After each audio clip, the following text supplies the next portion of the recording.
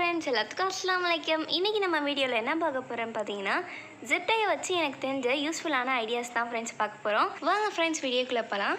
இப்போ first tip என்னென்னு பார்த்தீங்கன்னா, நம்ம கிச்சனில் வடகம் பொரிக்கவோ இல்லை ஃபிஷ் பொரிக்கவோ யூஸ் பண்ணுவோம்ல இடுக்கி, அதை வந்து நம்ம கடையில் வாங்காமல் வீட்டிலே எப்படி ரெடி பண்ணுறதுன்னு பார்க்கலாம். அதுக்கு வந்து நான் 2 ஃபோர்க் எடுத்திருக்கேன். அதை வந்து இந்த மாதிரி ஆப்போசிட் சைடில் வச்சு மேலே வந்து நம்ம லப்பர் பேண்ட் போட்டுக்கலாம்.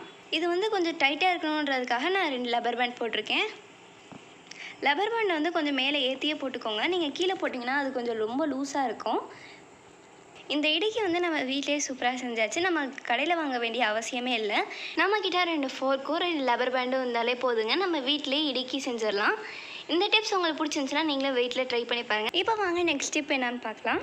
இப்போ நெக்ஸ்ட் ஸ்டெப் என்னென்னு பார்த்தீங்கன்னா, நம்ம ஷாப்பிங் மால் இல்லாட்டி வேறு எங்கேயாவது வெளியே போனோம்னா அப்போ வந்து நம்ம ஹேண்ட்பேக்கில் ஸ்டோன் பேக்கில் இந்த மாதிரி வந்து ஜிப் டை வந்து போட்டு விட்ருவாங்க. அதை வந்து நம்ம எப்படி கட் பண்ணாமல் ஈஸியாக ரிமூவ் பண்ணுறது தான் ஃப்ரெண்ட்ஸ் இந்த வீடியோவில் பார்க்க போகிறோம்.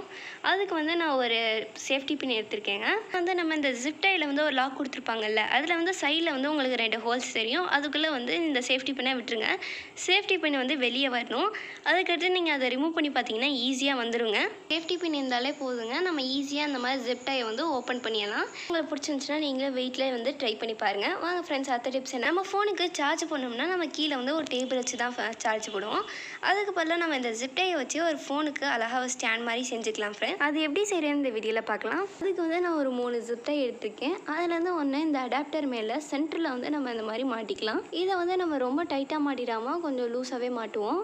இப்போ வந்து நான் இன்னொரு ஜிப் டை எடுத்திருக்கேன். அதை வந்து இந்த மாதிரி சைடில் வச்சு நம்ம வந்து லாக் பண்ணிக்கோங்க. அது வந்து உங்களுக்கு ஃபோனுக்கு ஏற்ற அளவுக்கு வந்து நீங்கள் வந்து கொஞ்சம் டைட்டாகவே மாட்டிக்கோங்க.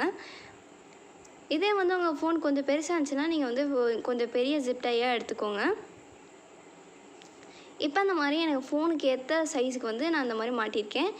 இப்போ அந்த ஜிப் டை வந்து கொஞ்சம் டைட் பண்ணிட்டு அது மேலே இருக்கிறத கட் பண்ணிடலாம். இப்போ வந்து இதில் வந்து சார்ஜரை வந்து நம்ம ஃபிக்ஸ் பண்ணிடலாம். இப்போ வந்து நம்ம ஃபோனுக்கு வந்து சார்ஜ் போடுறதுக்கு வந்து நம்ம சைடில் வந்து 2 ஜிப் டை வந்து அட்டாச் பண்ணியிருந்தோம்ல, அதுக்குள்ளே வந்து நம்ம ஃபோனை வந்து விட்டுடலாம்.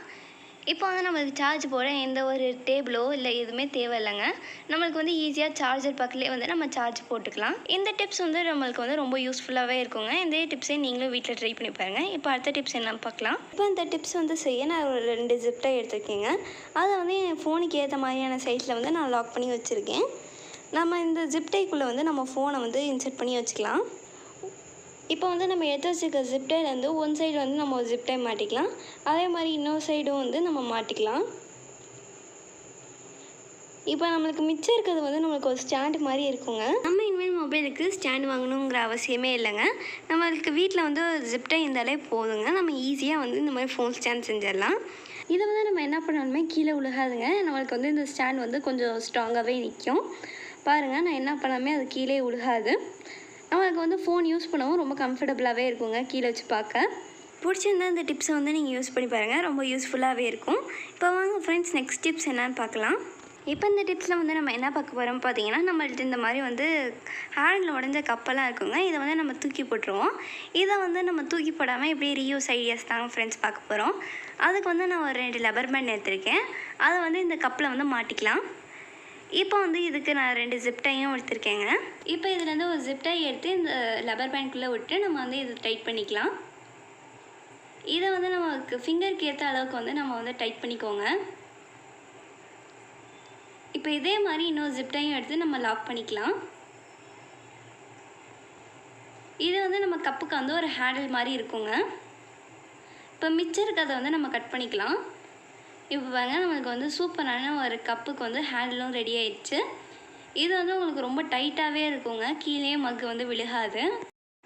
இந்த லப்பர் பேண்ட் பதிலாக நீங்கள் ஜிப் டை கூட யூஸ் பண்ணிக்கலாம். அது வந்து கொஞ்சம் டைட்டாகவே இருக்குங்க. இந்த டிப்ஸ் பிடிச்சிருந்துச்சுன்னா நீங்கள் வெயிட்டில் ட்ரை பண்ணி பாருங்கள். வாங்க ஃப்ரெண்ட்ஸ், நெக்ஸ்ட் டிப்ஸ் பார்க்கலாம். அதுக்கு வந்து நான் ஒரு 2 பழைய டூத் ப்ரஷ் எடுத்திருக்கேங்க. அது கூடவே நான் 2 லப்பர் பேண்டையும் எடுத்திருக்கேங்க.